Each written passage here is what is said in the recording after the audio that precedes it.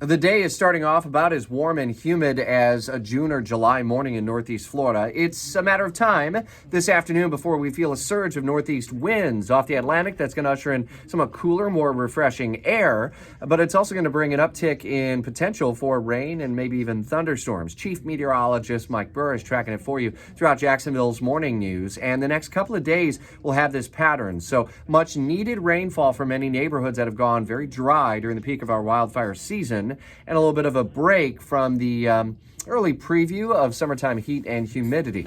Mother's Day weekend is looking dry, sunny, and very, very warm, but not necessarily as hot or humid overall.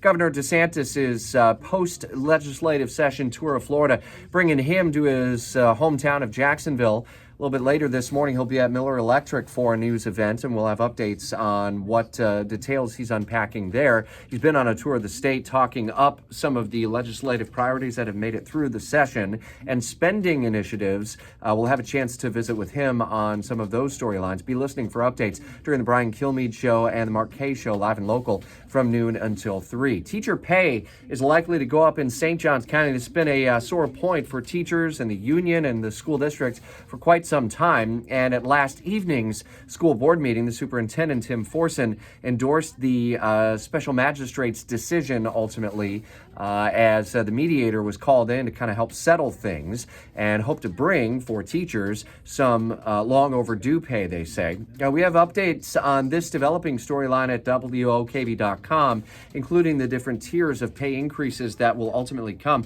once it's finally adopted. No formal decision or final decision has been made at this point.